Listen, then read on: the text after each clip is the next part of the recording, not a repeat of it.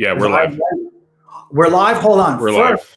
First, I'm going to look at you because I want to see that thing where it says we are live, but I don't believe it. You know, I've been through this 34 times now, and I haven't believed any of them. So now what I do is I'm going to go to your feed. Right. So now I go to your feed, and now I go to your feed. Hold on, I'm not there yet. Now I go to your feed, and then I scroll down. I don't see it yet, so let me scroll down a little bit further. I don't see it yet. I've got to tell you, I don't see it. It's on my feed. We're live. I got like 320 viewers. Hold on, I'm going to look at it right now.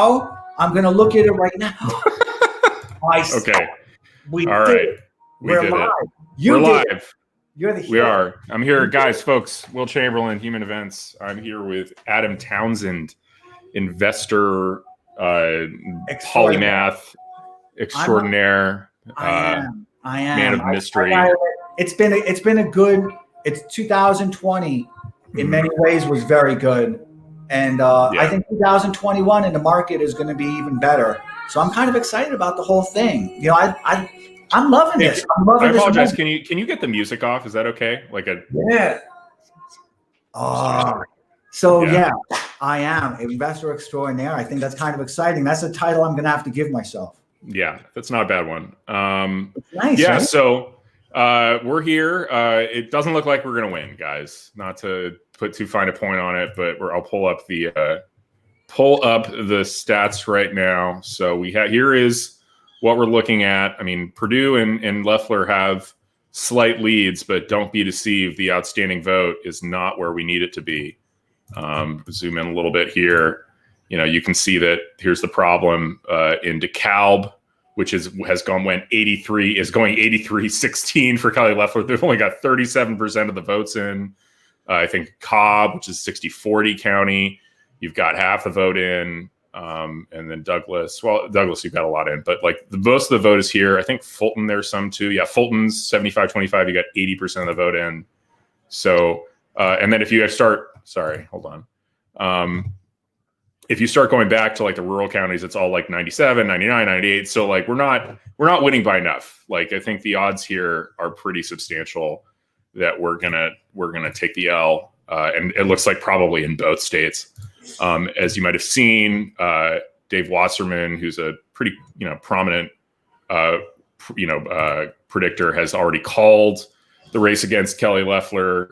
If that's the case, then likely the Purdue call is not long in coming, which means bad things. I'm not excited about this at all. I think it's a really, if this is the case, it's a very, very sad day. And I think, I tweeted out something along the lines of, that I've seen some people blaming Mitch for failing to sign 2K checks. I've seen some people blaming Lynn Wood, and I'm generally more inclined in that direction. But really, like, there's just a lot of blame to go around. I mean, we shouldn't be losing Georgia as Republicans, and yet we're losing it.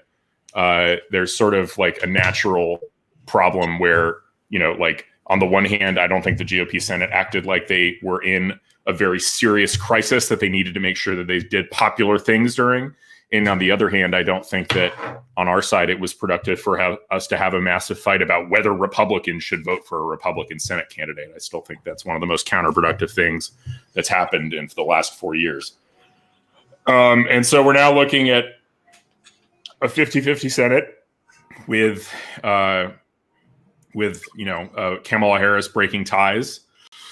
Filibusters at risk. Joe Manchin said he wouldn't get rid of it, but I think he would. Anyway, so that's where we're at. But I already introduced you, Adam. I don't know. I mean, if you want a further introduction, but seriously, I'll take a further introduction. I'll do it myself, though. Yeah, that's fair. Yeah, you'll do it better anyway. And I'm so excited about this. So thank you very much. And I think it's going to be fun, right? That's what we DM'd each other. So I don't know. I guess I'm beyond everything else. I would just say that beyond being an investor, maybe I'm the dude, right? I'm looking at this moment as the fastest roll-up of power in history. I've been expecting this for probably about 10 years because I've been observing corporations becoming countries. And and I've been writing about it, but I was really writing about it for myself because I want to memorialize it, right? So I put it in my blog, in my log, and I want to share it with people because these are interesting things. But also what I want to do is I want to help kind of crystallize it in my own head, because, you've got all these thoughts that are kind of wandering around.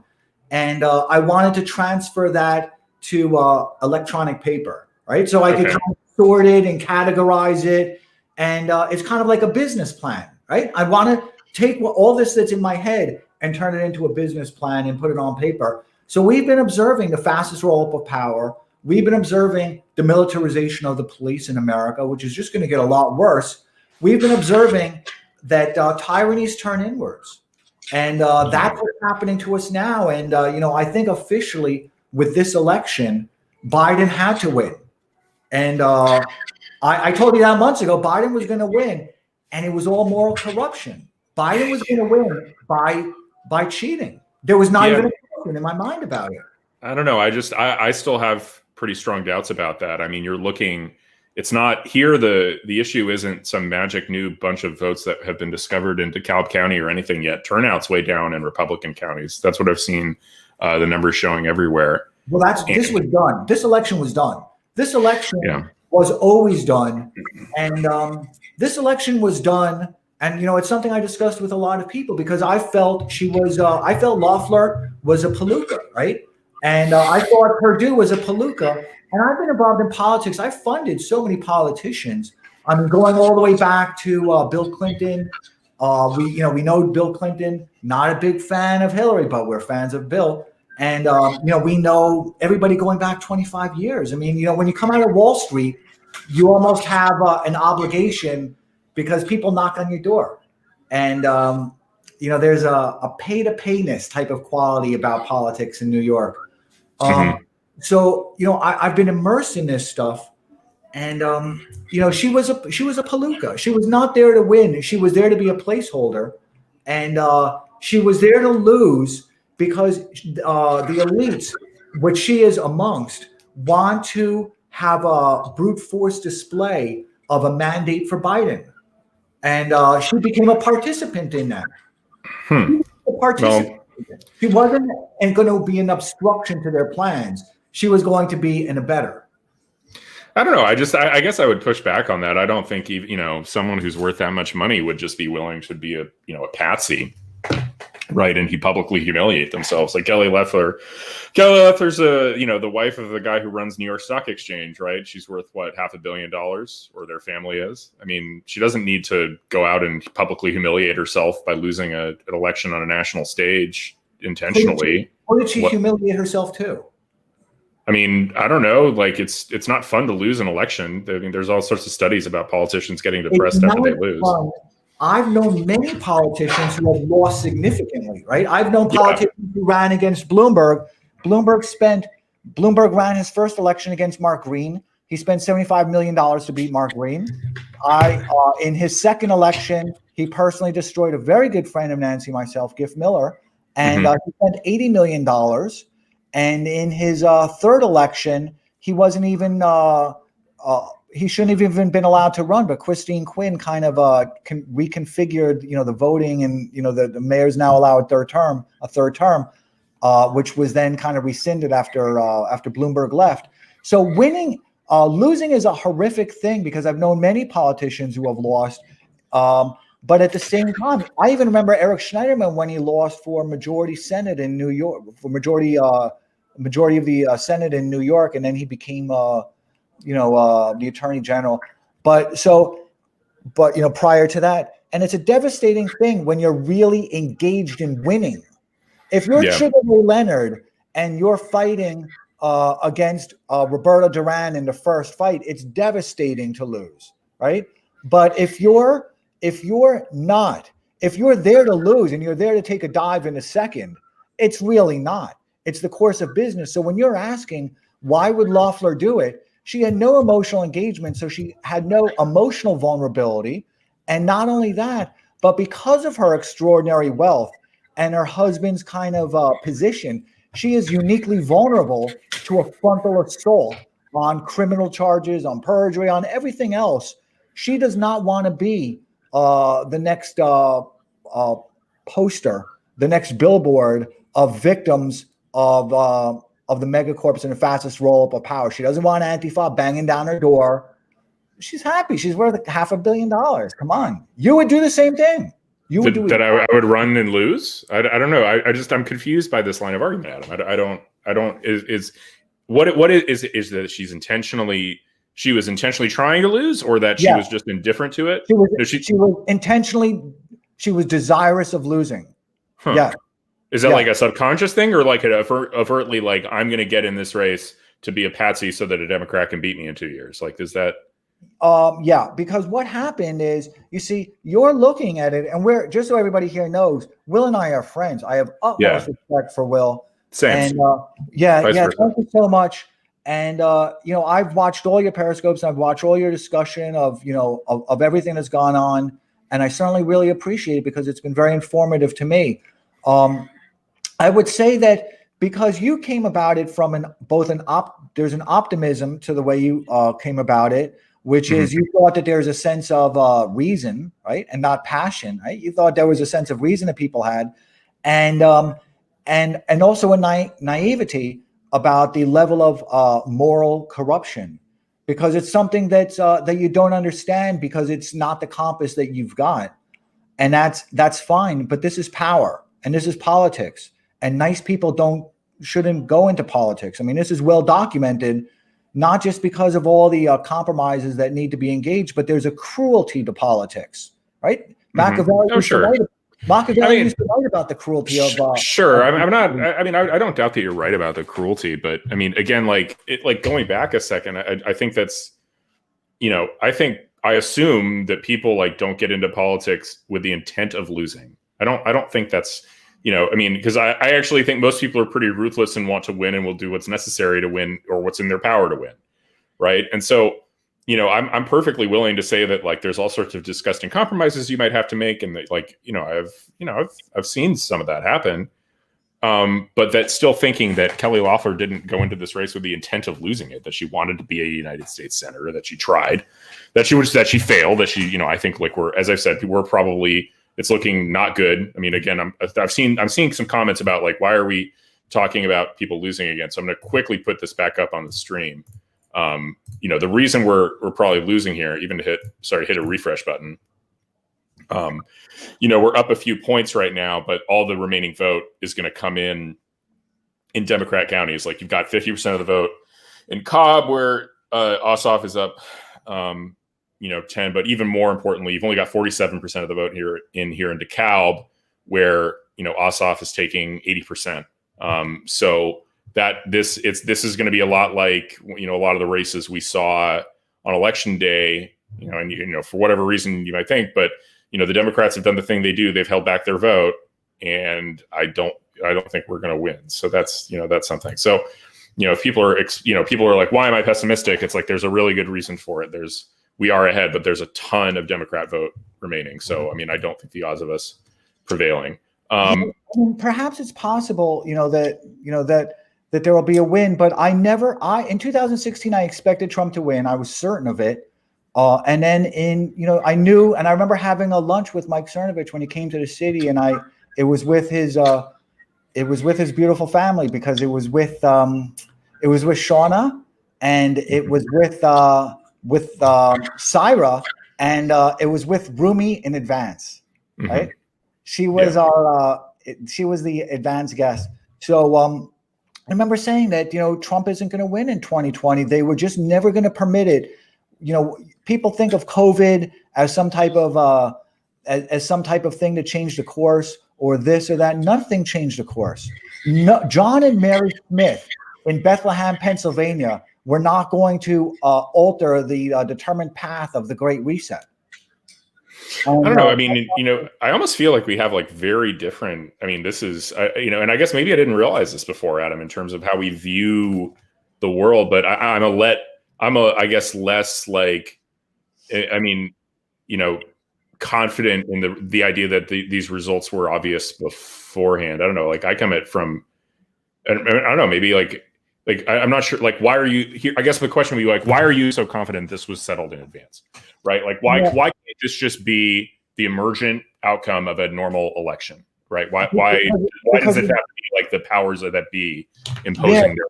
because you need to look at this in a historical context, and that's something I've emphasized to everybody. And what you did, and what a lot of people do, is because you've got Human Events, and I'm a subscriber, as you know, I'm like that 1776 founder, right? Yeah. So, and you got to do more with that. Come on now. I know. We do. Yeah. And so you're looking at everything as kind of like you're working in a warehouse, and it's an assembly line, right? And something hits your station, right? You stamp it, and then it moves on to the next station, and it gets stamped by that person, and it moves on. And I'm looking at that entire kind of warehouse, and I'm looking at that entire ecosystem that also supplies that warehouse. And if Facebook and Google tell you something, then believe them, right? So if they right, I mean, I grant that, like, we got censored to an unbelievable degree, and I mean, I'm one of the big people that's been fighting to like change the conservative perspective on big tech regulation. Obviously, the overall, the media ecosystem we all inhabit is going to sway how we vote, to and influence people. And the fact that we've just like conservatives just twiddled their thumbs for 4 years while these social media platforms decided to pick influencers off one by one, I thought that's insane. But like, I guess that doesn't, I think ultimately, I guess I don't have this like, well, even despite that, I think, we're not at the mercy of the gods here. There were a lot of things that happened in the last 2 months in terms of what are the political actors' decisions, decisions they made, and how those impacted people's voting choices. Like, those are dramatic. And whatever you talk about inevitability, like, I didn't foresee us having a serious discussion internally in the Republican Party about whether people should vote Republican. I didn't see that happening. And that was not guaranteed, that we would have this massive internal dissension. And I'm not going to, I actually, why not? I'm public. I'm going to light people up. Lin Wood and his entire cronies did not do a single bit to help Republicans. They honestly did more to damage the people they nominally out there to vote, they nominally out there to help, not only representing, than is imaginable. You just handed power. If this is looking like, even with the Democrat votes coming in, this is looking like it's very close. And if they tick down Republican turnout 2%, 3%, which Lin Wood's getting 1 million retweets, like he's doing Trump level numbers on Twitter. If Lin Wood isn't out there saying all this absolute nonsense, if the Republican Party is like, hey, we think there's a lot of fraud, but that doesn't mean you shouldn't go vote. We're not going to, that we could win this. I firmly believe that. I don't think this election was unwinnable. I don't think closely. It was unwinnable. Now, let me say that Lin Wood, you were completely right about, and I have a pretty vivid recollection of our last discussion, which was wonderful, and it was a lot more combative, right? Yeah. And it was interesting. There was a lot of intellectual kind of interplay rather than it being antagonistic on either side, I think, right? Right. And I just think that you were very right about Lin Wood. And I even DM'd you, I texted you, whatever it was.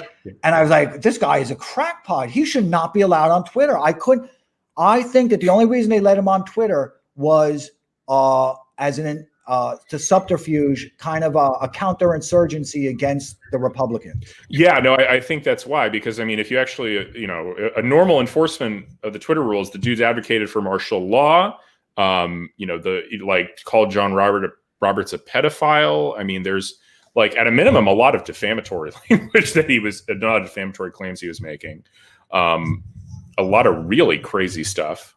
And I think ultimately Twitter was happy to leave him on here because his message was not vote for Republicans. If a guy saying vote for Republicans was saying all that stuff, he would have been banned. But Lin Wood was left to do exactly what he would have done, because he was out there saying, don't vote for Kelly Loeffler, don't vote for David Perdue. And just from a societal standpoint, what he and you and I discussed this, but what he was saying is dangerous for society. I mean, just genuinely should not. And both of us kind of don't want to see censorship, but there is a point when there's a certain requirement when it's just shouting fire, and when you're calling people treasonous and saying that Jeffrey Epstein is still alive and just kind of doing that thing. I mean, it was so. Jack Murphy, thank you so much for being here, Jack. Jack and I were just texting earlier today. He's going to be at the White House as part of to observe the Trump speech tomorrow. Yeah, well, I'll definitely be retweeting everybody on that. But yeah, what Jack says, the real controlled opposition. Like for a while, I realized it was weird. I really have, and I've talked about this before. People have attributed the wrong thing to me. I never had any normative objection to like pushing back really, really hard against the election results and tracking that, running down every case of fraud and litigating it till the end. I never had a problem with it.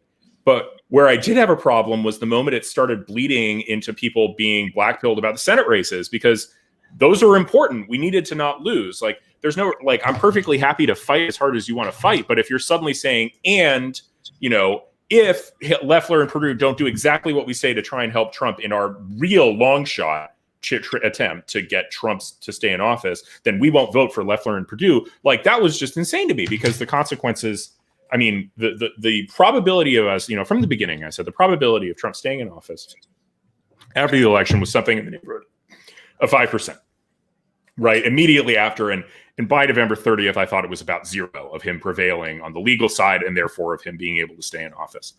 But again, I don't believe that these elections were foregone conclusions. They're not. Like, we are, we're currently ahead. I still think we're going to end up losing when all the count comes in, but like, this is Georgia. We're not. I mean, the idea that we're like it's a foregone conclusion that we were going to lose Georgia Senate races. Like, yeah. I mean, I'm at least, I don't want to believe that. I think that, there's certainly things we could have done.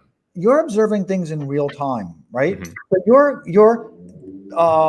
you're encountering things. You're stamping it with your own kind of imprint, right? And then it just moves on, whether into some type of a physical inventory that you kind of put it within human events and express it, or on Twitter, or however you're filing it in the back of your head.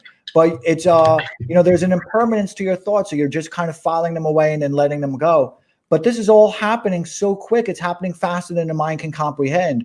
So you're kind of being bombarded, and there's only so much real estate that the mind has in terms of its cognitive ability and its thoughts.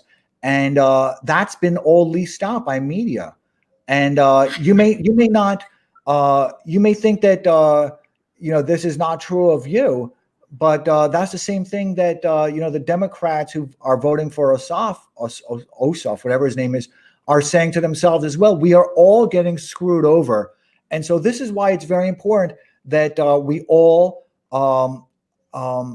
kind of observe this moment. And I think about it. I was just speaking with Jen from Epoch Times today, that I think of myself as kind of Anne Frank writing her little diary to win a contest, right at the end. I think of myself as hiding out from this whole moment and writing a diary, because I feel that at some point this diary is going to have some real value, because people will want to look back.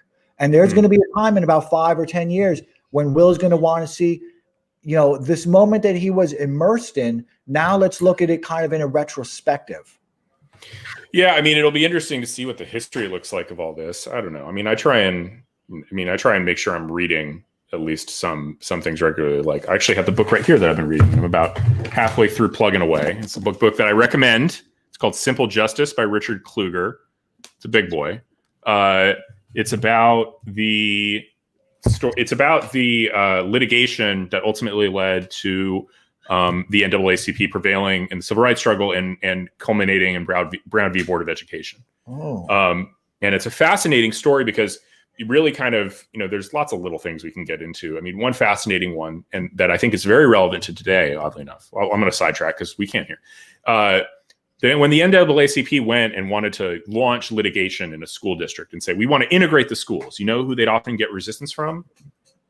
The Black school teachers and administrators. That's not an intuitive thing, but the reason they did it is because those people had a job in a segregated system. And if it was integrated, their jobs were in very, very serious jeopardy, because who knows if they would be hired by the now integrated Black-white schools. And there's an analog to this that's useful. Think about something like Parler or Rumble. And I like Dan Bongino immensely. I have huge respect for him. I like the people, the effort to do that. But one has to realize that their incentives are actually contrary to the conservative movements more broadly, because the better the conservative movement is doing in terms of gaining access to the bigger social media platforms, the worse Rumble, Parler, et cetera, will do. And so they've put themselves in a situation where their financial incentives is to see more and more conservatives kicked off of social media, of the main ones, so that they come and help build the smaller and more competitive ecosystem. Anyway, that's just a random. So you have a comment that came in at 10:10. I'm very interested if people want to keep us updated on the outcome of the election. Sure. And, hopefully there will be a swing. But Drums Mo at 10:10, and thank you so much for being here. I'll wait till you put their comment up there. And so Jack Murphy, and I just want to be responsive to his thing. He says, pump as much disinformation out as possible as strategy. I was just today rewatching the discussion that Jack had with Alexander Dugin. And that's really a good discussion. It's really, really fantastic. And I think about that. And that disinformation, but it's not disinformation, as Alexander said. If there is no truth, then there's no lies, right? I can't go back to 10:10. That's too far back. I've only got all the way up to like 10:12 is the earliest. I apologize to whoever's comment was good. But yeah, so I see Sister Squirts, and I hope that's not an offensive sexual thing, because I don't want to bring that on. But at 10:10, if you see that one. And she says that Trump has cost the GOP the House in 2018, the White House in 2020, and Senate in 2021. Very powerful. And I don't know if you can get that comment up, because it was at it's too early. I can't get it up. Sorry. I would say that sister, you've got to and thank you so much for being here. That you've got to take a look at it not as Trump. Trump was a wage earner revolt, and Trumpism was happening throughout the entire world. It happened with India with the election of Modi. It happened attempted to happen throughout Europe, although the EU just has a monopoly on politics out there. It's happened in South America. It's a wage earner revolt, and I would not be celebrating his loss, because you're going to be hit with. There's a lot of changes, and that are going to be happening, and it's not going to be a good thing. It's just not going to be a good thing. And that's not to say that I support Trump or don't support him, but we no longer have an opposition. And so, if history has taught us anything, is that, once, what was it? Tarquin was vanquished as the last king of Rome.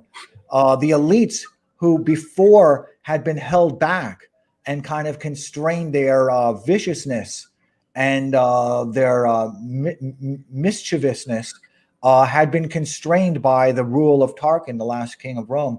And once he had been killed by Brutus, they went on a purge, right?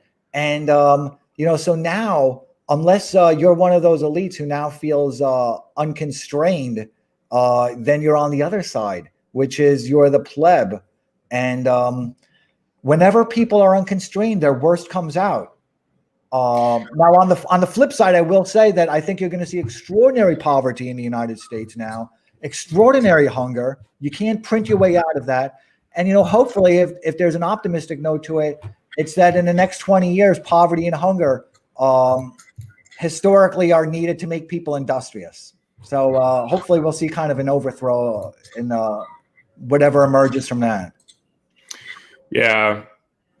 I'm not, I'm kind of down about this. Like, and I think the thrust of your point is right. I can't imagine blaming Trump for this. I mean, when Trump is on the ballot, we do better, like in general, there's a whole slew of voters that are not natural Republican voters, had not historically voted Republican, but came out to vote Republican because of Trump. And as you describe it, that's a wage earners revolt.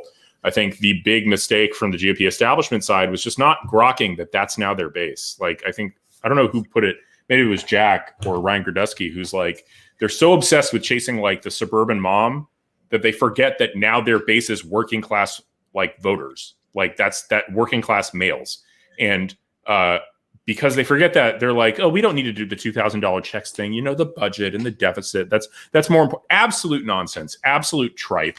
The people responsible for that should have been fired. And really, I mean, Mitch didn't see it for some reason. I mean, Mitch should have realized, like, if we lose, the $2,000 is coming anyway. But right? Mitch McConnell, that is is a multi-billion-dollar corporation in himself, if not more than that, right? Yeah. I mean, so Mitch has a staff that would rival that of any Fortune 10 CEO. I mean, he's got an extraordinary amount of staff.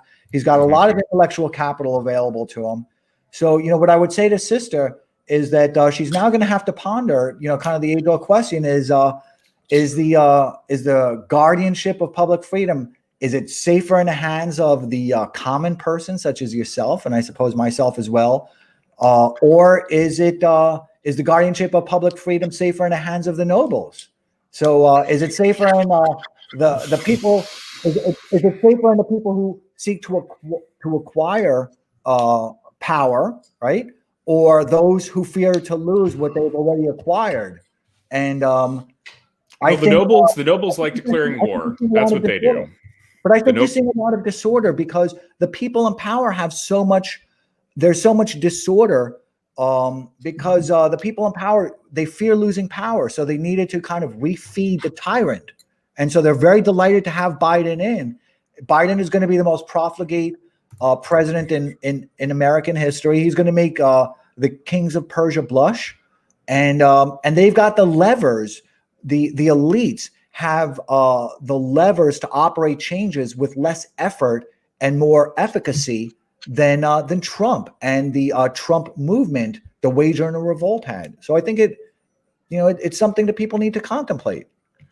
Yeah, I mean, I think I'm seeing a lot of comments like, GOP revolt, primary of them all. MAGA needs to purge the GOP establishment, come roaring back. I think the GOP has some great talent. I think the GOP has a great bench. Truly, yeah, people like Hawley is, outstanding. I think still Cotton. Cotton decided not to vote with the, for the certification, but we can get into that. I think that's all charade anyway. Because I think that's all nonsense. You know what that reminds me of? And I remember you went on Tim Pool, and somebody here commented, if you can find that comment, about your appearance on Tim Pool. I thought was really excellent, and I was watching it, and I knew at that time that that Texas lawsuit that was going against the Supreme Court, I knew that they were just doing that and showing their involvement and their support of it because it was riskless to them. Right. Like it's law as like theater or kayfabe, right? Like you're going through, it's like litigation as a PR exercise. You're like, we are filing a lawsuit. Like, will the lawsuit win? No, of course not. Like, it can't. There's no standing, and there's a variety of procedural problems, and a judge would never do this. But we're filing a lawsuit. We're doing things.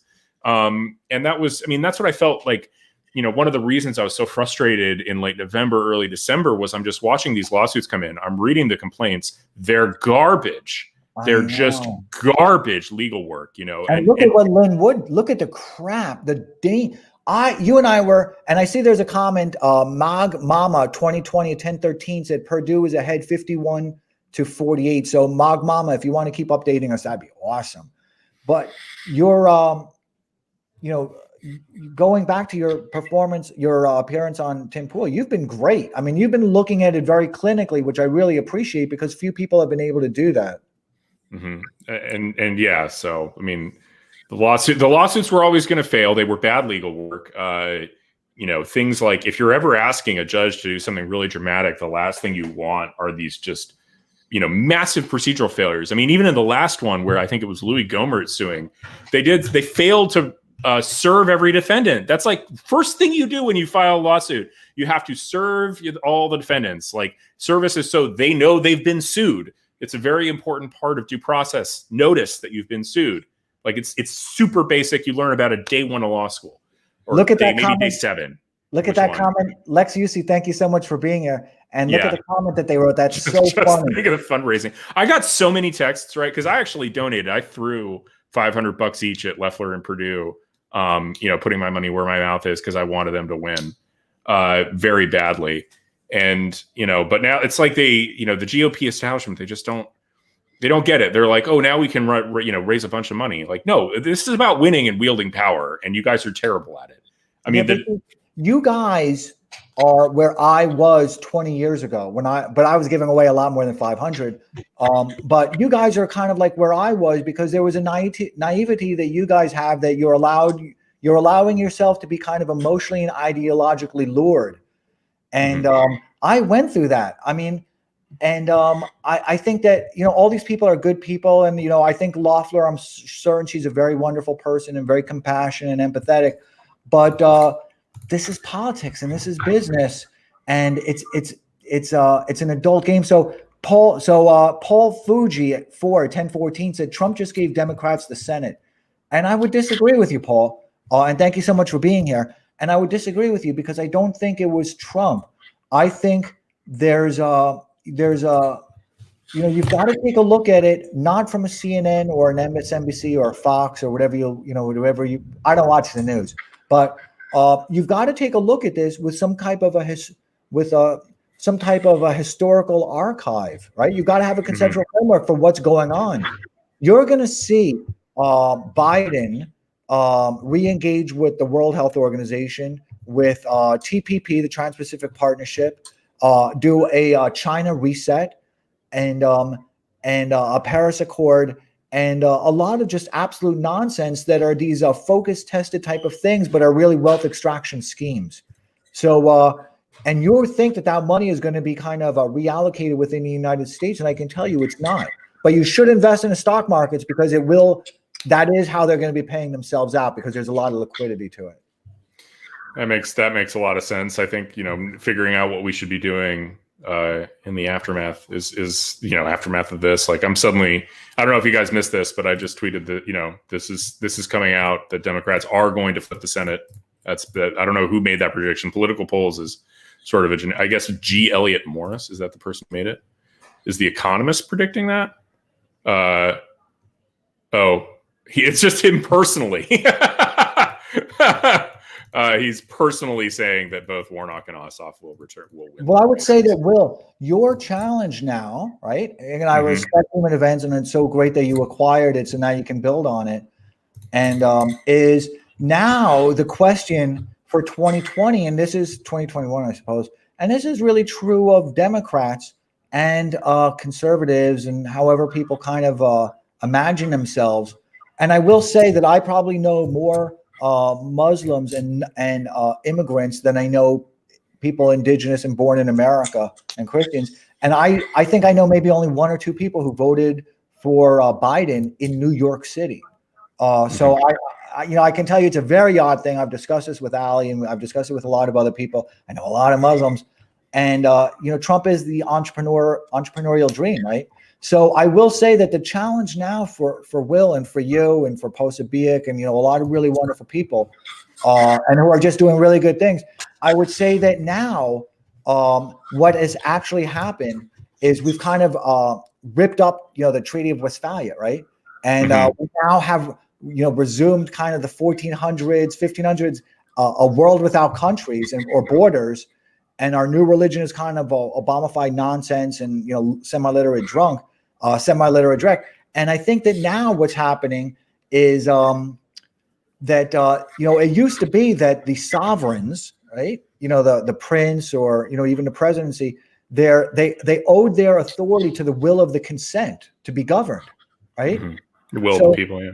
Yeah. So there was an agreement that there was a consent to be governed. And that sovereign or, the presidency, whatever it was authorized to protect the interest of the governed and including maintaining civil peace and security.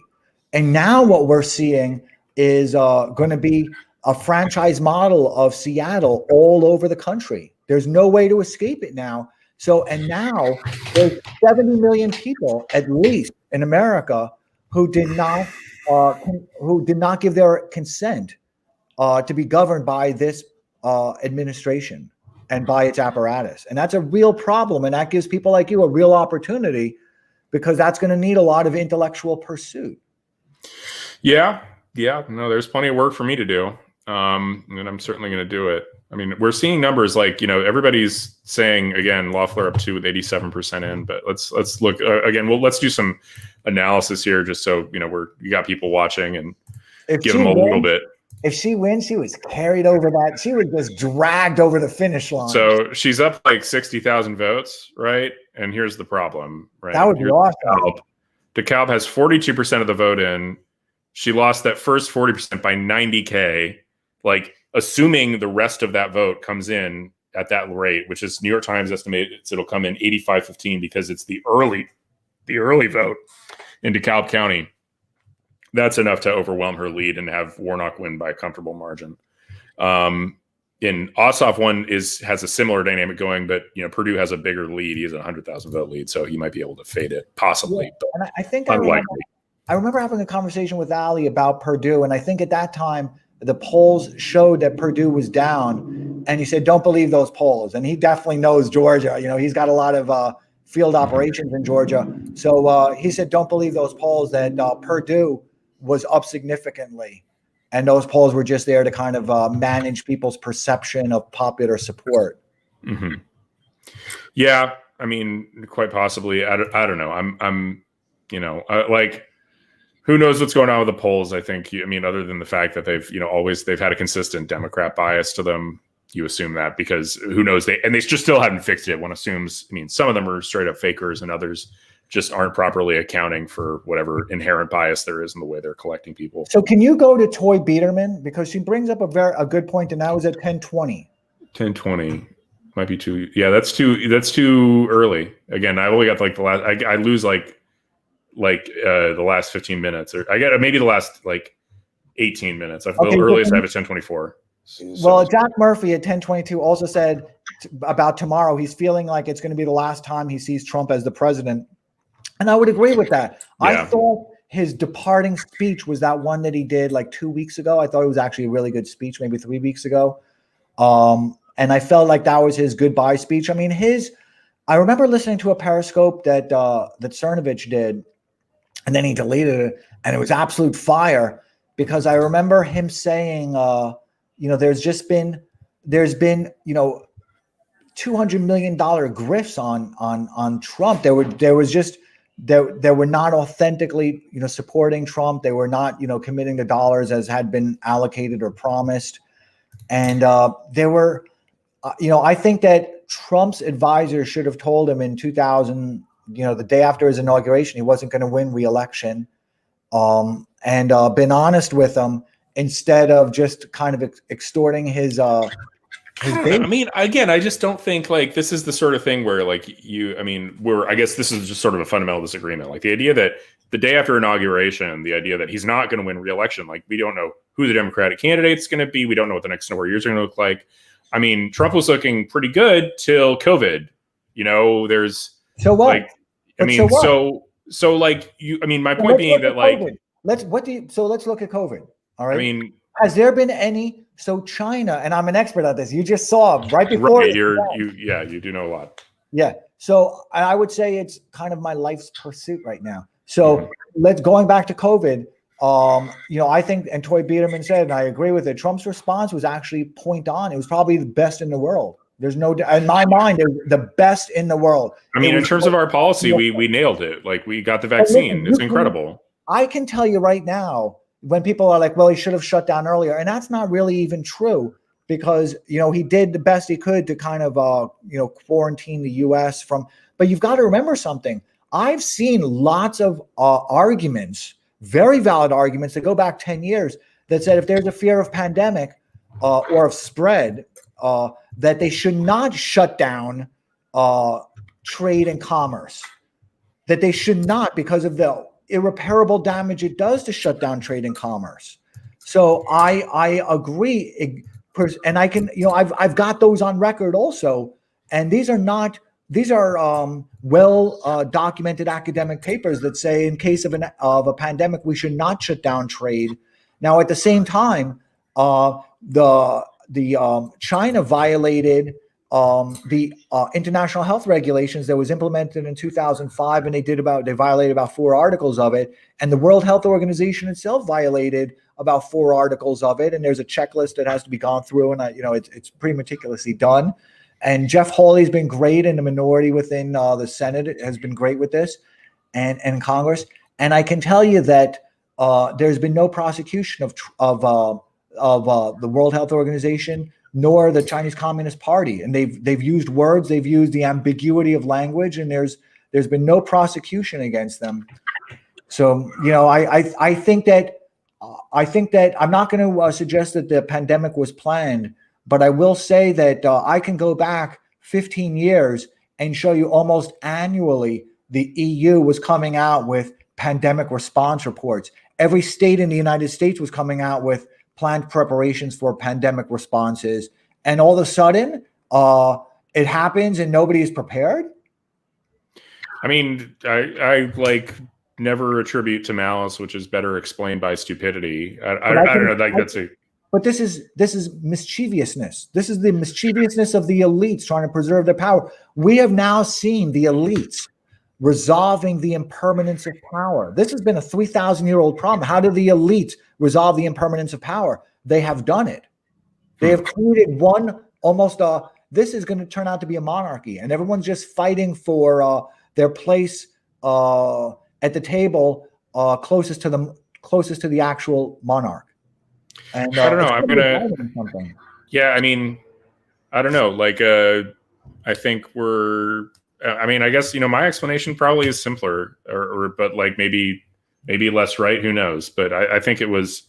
I don't think people really wanted to lock down. I think that's where I disagree with you. I think you see this was like an opportunity for a roll up of power, and I think that the way that they approached it, most countries were like reluctant to do travel bans, were like twiddling their thumbs about lockdowns until the numbers they really had like overflow at hospitals and they couldn't. It wasn't politically tenable. If you take a look at what was happening in New York and in London, New York and London single-handedly, in Germany, single-handedly, I guess, right, were responsible for the cryptic transmission of tens of millions of cases of COVID spreading and its mutations. I don't know the etymology of such things, so I don't want to say mutations, but whatever, other variants of it. They were responsible for the cryptic transmission of this thing. New York, up until March, did not. Were challenging the threat of COVID. I've documented all this. Also, I even did a thread about it. They were challenging. They were saying, "We're ready for it. We're going to show COVID how ready we are for it."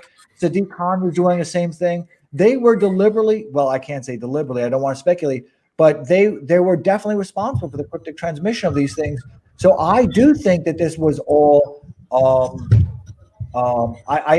When you say that don't attribute to malice, where you can contribute, what you can attribute to something else, and I would say no, I attribute this to a kind of malice because these are mischievous elites. I mean, there's just too many sovereign individuals right now in the world. There's just too many nobles. There's too many sovereigns. We saw that with Hillary Clinton. She wasn't prosecuted. There's too many sovereigns. Interesting. Well, it's 10:50 p.m. I'm feeling a little kind of tired and gassed out. So I'd like What's the outcome of the election right now? What's the outcome of the election? Do they know? Let's see. I had trouble. Let's see if I can hold on, new window. And then DDHQ. Apologies. I had issues with my computer. So let me get this up right. Okay. And can I ask you some questions in closing? Can I ask you some questions? Sure. What now does Human Events do? What do you do now? I mean, well, now we have to figure out how we're going to make sure that we don't have major structural changes to our system of government. So we're going to do everything in our power to push on, I guess, Joe Manchin to do it. We're also going to start pushing, it's really what did Republicans do wrong? I mean, this is a really bad outcome, right? We lost the presidency and we're going to be losing the Senate and the House. I mean, we haven't had Democrat unified government in a while. It's going to be how do we figure out a way to get power back and to first put a dent in 2022 and then get power back in 2024. What needs to happen to the Republican platform? I think Mitch has done a lot on judges, but Mitch may need to go as Senate Majority Leader. If the failure to put the 2K checks, that being the deciding issue in this election, it might be time for Mitch to step aside as Majority Leader and hand it over to a younger man. Who are the incumbents now that you like? I like Josh Hawley. I like Josh Hawley. I think that's where that faction of the Republican Party needs to become ascendant. I think if it needs to be a compromise candidate because the establishment types don't like Hawley but maybe a Tom Cotton. I think Tom Cotton would be an effective leader, but we need a different it needs to be different because right now, the failure to get $2,000 checks through, that was it's such a huge mistake, and it's totally on Mitch. Because if he puts it on the floor, it passes. Right? It passes maybe with Democratic votes, but it passes. And the failure to do so, I mean, it also, in a way, I mean, we can talk about this at another point, but I'm pretty sure that was ultimately responsible for what happened and why there's such an internal revolt against Mitch. Because Mitch doesn't want all this objection stuff to the Electoral College. Mitch just wants, because he doesn't want people to be put to a vote between what he sees as like the legitimacy of the system versus supporting Trump. And he didn't want that vote, but he's getting it anyway. And I think a big part of that is because he didn't follow what his vulnerable senators wanted on the 2K, on the $2,000 checks. But so here's what I don't understand, and I just have one more question for you, if you don't mind. But sure. Here's what I don't understand. I have two questions, right? What I don't understand is 5 years ago, Mitch McConnell was an absolute genius because he didn't allow Obama to install his Supreme Court justice, however the language of these things is. And he was an absolute genius, and he was a tactician. And now he's not. I mean, I feel like, because I don't understand it. Like, that's the thing. I think this is where I'm starting to think maybe he's tired, he's old. I mean, Mitch these things can happen very quickly, right? Remember the decline of Joe Biden between 2016 and today. And Mitch is 78 years old. I think Mitch is older than Joe Biden. I think it's time in general for the boomers to step aside, frankly. Like, it's just, we need younger leadership. And it's not even, I'm very grateful to Mitch. I think he did incredible work on the judges and in general, keeping the Senate coalition together on impeachment. That was another one where I think he did a really good job. But I mean, this is a massive, like the failure to get 2K checks done, that's a massive failure, and that was avoidable. So then my last question to you, right? Because I talk so much, and now I want to hear you talk because I've got so many questions for you, but I'm going to narrow it down to one. But I'm very curious, and hopefully Loeffler and Perdue win, because I really do want them to. I don't expect them to, but maybe these things will happen, right? But whether they do or not, how do you envision whatever comes next for the Republican Party? Well, for this new branch of the Republican Party, do you consider it kind of a vestigial organ of like a Trumpism, or will it be something new that's perhaps a little bit more forceful? Or what do you think it is? I mean, I think, whatever Trumpism, national conservatism is here to stay. The big benefit of Trump and in the Trump movement is in addition to his leadership, getting the Republican Party to change its platform to something more popular, generally speaking, right? The platform of Paul Ryan and Mitt Romney was a just big fat loser, and it's only gotten worse over time. That Republican Party is dead. That's a good thing. Now, like, what the nuances of that are going to be are interesting, but I think, things like big tech, people do not like big tech getting on the right side of, we're finally on the correct side of that after a few years of hard work. Like working class, realizing that you are the working class party, that you need to start acting like it. And then generally being a less shy on the culture war. Like, I mean, the big thing was realizing, like, the Beltway libertarians weren't popular. There is no constituency for the Cato Institute's policy platform. And so we're not going to do that anymore. That's not the point. If they have some technocratic fixes they want to suggest, that's fine. We're happy to read their policy papers. But like the idea that that's going to be the driving ideology of a new Republican Party, that's just not going to be true. And so what I was thinking about today, and I know you're getting sleepy. I always stay awake, right? But is that I was actually thinking about this today in the morning about kind of what comes next and just kind of my year in review, right? Now that this year is really over. And and those people that I've been observing on Twitter, and many of them are friends, many of them are kind of distant friends, I suppose, right? And I was thinking about Cernovich, about his Rockfin account, because I got to sign up for his Rockfin. I'm pretty excited about that. And I think that there's a real opportunity should he decide to pursue movie making, because I think Hoax was a really good movie, and I think that there's an opportunity for a Hoax too. Then I think of just the people that I've been observed, they had really, in a way, they had really spectacular 2020s and 2019s. Posobiec did his movie Antifa, which I want to do a Periscope about. But these are important things because, right now there's really no alternate and authoritative news anymore. There's not even any kind of movies or documentaries that engage me because I like seeing the Antifa movie. I thought that was excellent. That documentary is an hour long. It was the right length. I like seeing Blood Money. I think that there's a real opportunity for people now to kind of go Renaissance, and the way they used to take their artistry and like paint the king into it, so as to have like a nasty little a knock at the king. I think now there's an opportunity for people to get really Renaissance and really do creative things with the way the media that they're creating. Antifa is now going to become kind of a surrogate for the Democrats, right? It's going to be kind of their phalanx. It's going to be a very threatening force. So I think that there's now going to be just a lot of opportunities to build something cohesive and cohesive messaging that is better than memes. Memes failed. Memes were kind of abolished already. Now people really need a longer form type of content. Yeah, well, I mean, I don't know. I will, where I can contribute, I will. I like doing, I figured out that, my big value add is on the legal side, right? In addition to like politics, but in particular, when I can combine politics and law and do analysis of things. I was watching, oddly enough, I was watching this guy who does a chess analysis channel. I think it's Agad Mater or something like that on YouTube. He's got but he gets like 1 million views on every video, and it's literally just him going through a game, like the most low-tech video you've ever seen. But it's extraordinarily compelling because he's an expert of the subject. He can explain it clearly so that even someone who's not an expert in chess can understand. So I feel like, from my perspective, I'm going to try and do a lot of law in podcasts, and being able to take something like, a complicated piece of litigation or a brief or whatever you're talking about, and then break it down in a way that makes sense to people. And I'm going to focus on doing that. That's what I'm going to do. Anyway, I want to wrap it up there. So you do. And I really appreciate your time, and I really appreciate that everybody joined us.